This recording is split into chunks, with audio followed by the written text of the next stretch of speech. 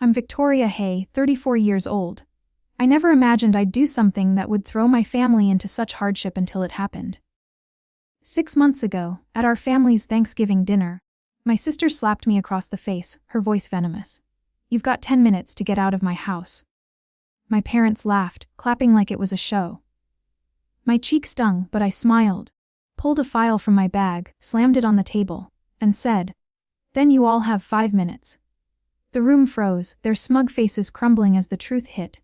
Years of being the family's doormat, paying for repairs, swallowing their lies. It all snapped inside me. That file held the deed to our Spanish ranch, a secret buried for nearly a decade. I wasn't just fighting for a house. I was reclaiming my life. But how did I end up with that deed? Staring down my own blood in a dining room thick with betrayal. If you were in that situation, what would you do? Leave a comment below. I'm very happy and want to spread the story further.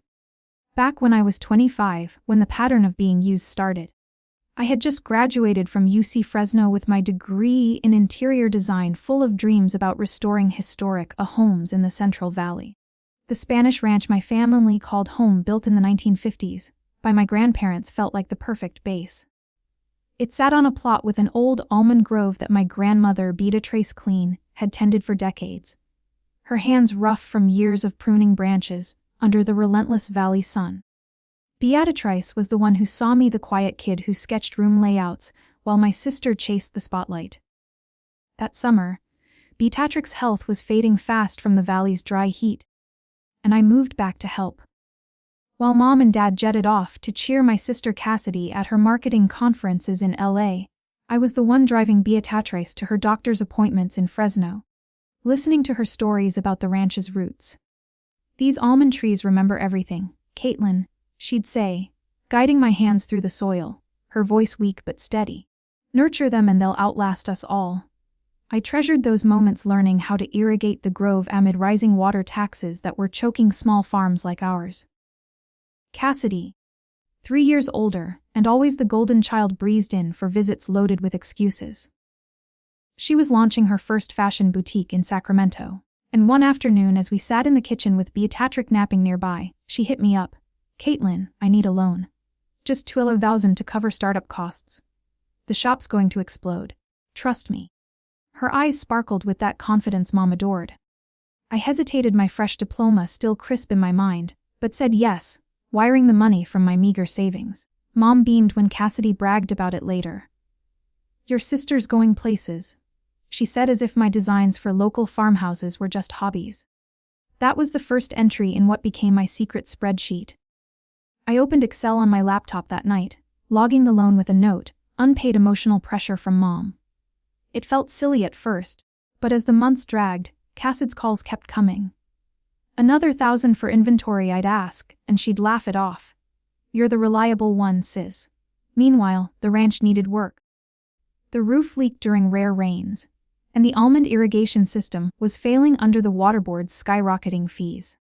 I paid $300 a month extra from my entry-level job patching things myself because Dad shrugged. "It's old. What can you do?" Diane, Mom, would fuss over Cassid's boutique photos on her phone, ignoring my sketches for a Fresno museum restoration gig. "Cassid's so bold." She'd gush while Dad nodded, reminiscing about her college parties. Why always her? I wondered, entering another $5,000 for roof repairs into the sheet, the cursor blinking like an accusation. Beatrice noticed my late nights at the kitchen table. "Keep those records close, child," she whispered one evening, her fingers tracing an almond shell. "Roots without proof wither in the drought." Little did I know that spreadsheet was planting seeds for a reckoning far bigger than unpaid loans. 7 years passed and one dusty afternoon changed everything. 7 years passed and one dusty afternoon changed everything. By 2023, I was 32, knee-deep in a freelance gig redesigning a historic barn just outside Fresno for a local museum. The Central Valley sun beat down mercilessly, turning the air hazy as I hauled boxes from the ranch's garage to clear space for my sketches and fabric swatches. The Spanish-style home with its terracotta tiles and arched doorways had always been my anchor. But lately, the almond grove outback looked thirstier than ever. The trees' leaves curling under the weight of another water tax hike from the state board. I wiped sweat from my brow, shoving aside a stack of old irrigation manuals Beatrice had hoarded, when a yellowed envelope tumbled out, stamped in her neat script, Beatrice Klein Estate. My hands shook as I tore it open. Right there on the concrete floor, dust motes dancing in the slanted light, inside was the property deed to the ranch dated 2016, a full year before Beatrice passed. It named me Victoria Hay as the sole owner with a notarized transfer from her to me, stipulating that Mom and Dad could stay as tenants at will, no strings attached. Tucked beside it was a letter from her longtime attorney, Victor Lang, his signature crisp as ever. Caitlin, it read, "This land is your roots now. Preserve the almond grove. Don't let developers from Silicon Valley turn it into another tech parking lot. I know you'll honor what it means. Generations of our blood in the soil." I sat there back against a rusted toolbox, rereading it 3 times, the garage's musty scent mixing with the faint sweetness of spilled almond hulls from years ago. Why me? Beatrice had always said I had the eye for what lasted, sketching layouts that breathed life into old structures while Cassidy chased trends that fizzled. But this, it meant the ranch, our ranch, had been mine for 7 years, and no one breathed a word. Mom and Dad acting like it was theirs. Cassidy dropping hints about flipping the old place during her rare visits. My stomach twisted. They'd let me pour my savings into fixes, all while planning their exit. That night, after locking the envelope in my desk drawer, I fired up my laptop and dove into California property law sites. The screens glow harsh in the dim kitchen. Adverse possession.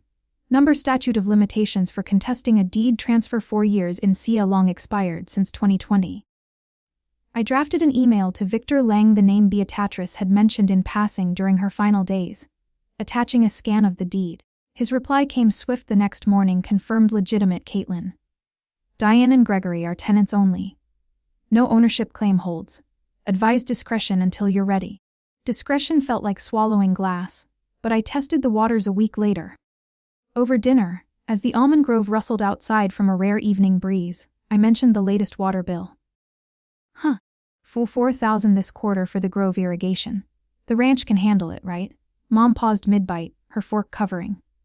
Of course, it's our house after all, she said smoothly. Dad nodding along without looking up from his plate. I had my phone recording in my pocket, the app's red light invisible. Their words hung there casual as the valley fog rolling in. Cassidy called the following day, her voice bright but edged. "Sis, the shop's tanking post-divorce. Can you spot me 10,000?" Tyler's dragging his feet on alimony. For the first time, I said no, my thumb hovering over the end call button. "Sorry, Cass. I'm tapped out from ranch stuff." She huffed, "Fine, be that way," and hung up. I added it to the spreadsheet, refused loan first boundary. Their lie about the house burned hotter than the summer asphalt. They'd hidden this to keep me footing the bills, waiting for the right developer offer to cash out. I wasn't just hurt. I was done playing. The deed wasn't paper, it was ammunition. From that dusty find, the plan took shape. With the deed secure, I started weaving the trap. Over the next 2 years, from late 2023 into 2025, I turned that garage discovery into a blueprint for confrontation, all while keeping my freelance design work steady, pitching concepts for Fresno's Fading a Co-ops, where I'd sketched layouts that blended old adobe walls with modern drip lines for almond farms fighting the drought. The valley's water crisis was worsening, with Silicon Valley developers circling like vultures, snapping up ranches for employee housing tied to new data centers. I saw opportunity in their greed. During a casual phone call with Cassidy, that fall as she rambled about her boutique's latest pivot, after the divorce fallout, I dropped the bait.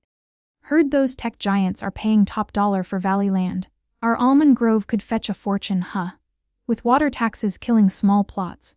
She paused, then laughed sharply. You know, that's not a bad idea. Tyler's been saying we need cash flow for the shop, yay. Tyler Vance, her new husband and self-proclaimed business consultant who'd swept in 6 months post-divorce, latched on fast. I caught snippets during their holiday visits. Him pacing the ranch patio with his phone glued to his ear, muttering about quick flips to cover bridge loans. Cassidy started probing Mom and Dad about the property taxes, her tone casual but probing. The ranch is just sitting there. Why not cash in? Dad grumbled about the upkeep. Mom nodded along both, avoiding my eyes when I was in the room. I let it simmer, adding their side conversations to my phone's voice memos app, time-stamped and tagged. By early 2024, I reached out to Brooke Ellis, an old college roommate from UC Fresno, who'd gone into real estate law after burning out on corporate gigs. We'd bonded over late-night study sessions sketching mock floor plans. And when I called her for coffee in downtown Fresno, spilling the deed details over Lats, her eyes widened. "This is ironclad, Kate. I'll prep a video link for the call. We can stream the confirmation live if it hits the fan." We scripted it out on napkins. If Cassidy pushed the sale, I'd counter with, "Did you run it by me? It's Mom and Dad's place, right?" Baiting the slap or outburst. Then pull the file, hit record on the phone, and switch to Brooke's feed for the legal smackdown. "Keep it calm," she advised. "Let them dig their hole." I ramped up the evidence, too, snapping photos of every invoice as the ranch groaned under the heat.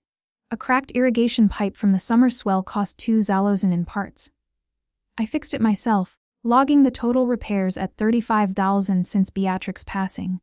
Mostly water system overhauls to keep the almonds alive amid the board's fees. Cassidy hit me up again, that spring voice tight. "$5,000 more, Caitlin. The boutique's inventory is stuck in customs. Tyler swears it's the last. Mom had already texted me a guilt trip. Your sister's trying so hard." I wired nothing, replying coolly. "Can't swing it, Cass. Ranch bills are piling up." Her silence on the line said it all. I captured the exchange, filing it under escalation. Each entry felt like loading a chamber. The almond trees out back stood resilient, their branches heavy with unharvested nuts, a quiet reminder of what was worth fighting for. Mom gushed to Dad about Cassid's resilience during one visit. Oblivious to the storm brewing, I wasn't reacting anymore. I was directing. Thanksgiving loomed, the table set with turkey, and almonds studded, stuffing the trap fully sprung. The script was set and Thanksgiving arrived. I spent the morning in the ranch's kitchen, kneading almond-studded stuffing and roasting a turkey that filled the air with a warmth that felt like a lie. The Spanish-style dining room with its heavy oak table and faded stucco walls was dressed for the holiday, but my pulse-thur. My phone tucked in my apron pocket was set to record the deed file nestled in my bag by the chair.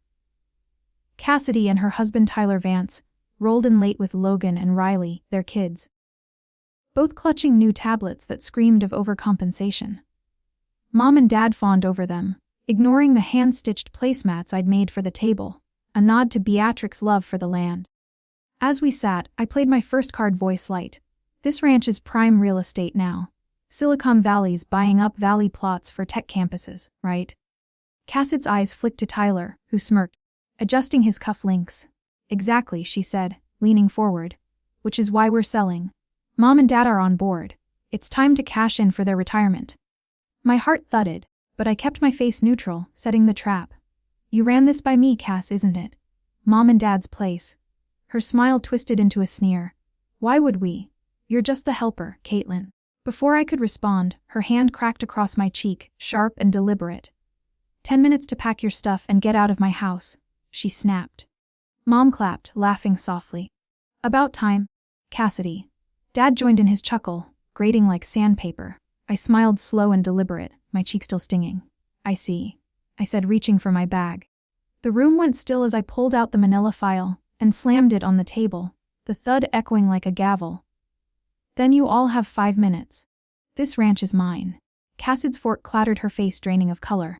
Logan's eyes widened. Riley clutched her tablet tighter. Tyler sputtered. "What is this?" I tapped my phone, starting the recording, and dialed Brooke Ellis on video call. Her calm face appearing on the screen. Brooke confirmed the transfer for me. "Victoria Hay owns the ranch outright." Brooke's voice rang clear. "Deeded in 2016 by B. Tatrick Clean. Notarized and uncontestable under California law since 2020. I've got copies and you're being recorded." I swiped to play the 2023 audio clip from my test with Mom. "It's our house after all," her voice echoed. Cassidy lunged for the file, shouting, "This is fake. You're scamming us." Tyler's face turned red, yelling, "We'll sue." I leaned back unshaken. "You took a $20,000 deposit on property you don't own. That's fraud, Tyler. Good luck with that." Logan started crying. "Aunt Caitlin, why are you fighting? Riley tugged at Cassid's sleeve, ignored. Cassid's glare could have burned the table, but she grabbed Tyler's arm, pulling him and the kids toward the door. "This isn't over," she hissed, slamming it so hard the chandelier rattled. The turkeys sat untouched, steam fading in the silence. Mom and Dad stared at their plates, their laughter gone as I pocketed my phone, the recording still running. The table was cleared, but the real battle began now. The table was cleared, but the real battle began now. I turned to Mom and Dad, the turkey carcass mocking us from the platter, and slid my phone across the oak surface.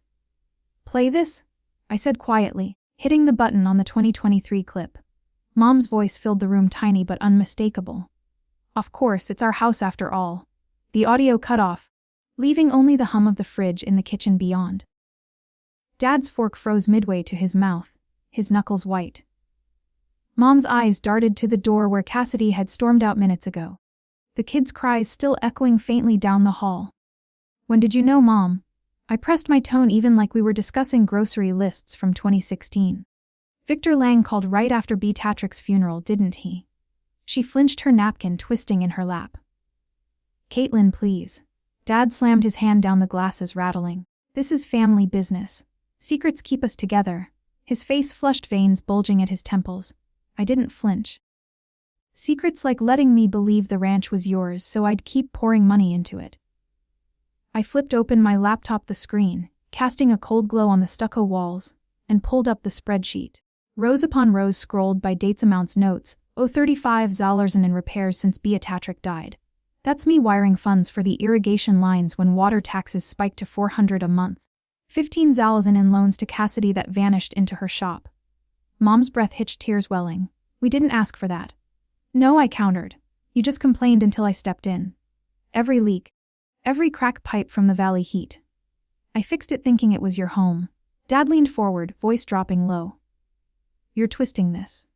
Cassid's divorce left her drowning. $50,000 in debt from Tyler's bad deals. She needed the ranch sale more than anyone. I nodded as if agreeing, then cued the next file. Cassid's voice crackled through the speaker from a memo I'd caught during their last visit. "The deposits wired $20,000 from the developer. Tyler says it's clean. But if Mom and Dad sign quick." Tyler's laugh followed, muffled. "Silicon Valley won't notice a little padding for my consulting fee." The recording ended on Cassid's giggle. Mom buried her face in her hands, sobs breaking free. She was desperate, Caitlin. After the split, the alimony fights, we thought the money would fix it. Dad reached for her, but his eyes stayed on me hard. "You're destroying us over some old paper." "Destroying?" I echoed, voice steady despite the knot in my throat. "You hid Beatrix's will for 9 years. Let me shoulder the load while plotting to sell her Almond Grove to tech suits. Needed it enough to steal her legacy." The room spun with their silence broken only by Mom's whimpers. I closed the laptop. The click final. "Eviction notice goes out tomorrow morning. California law gives 3 days, then your tenants no more." Dad's jaw clenched. "Evicting your own parents," Mom whispered. "We can talk this out."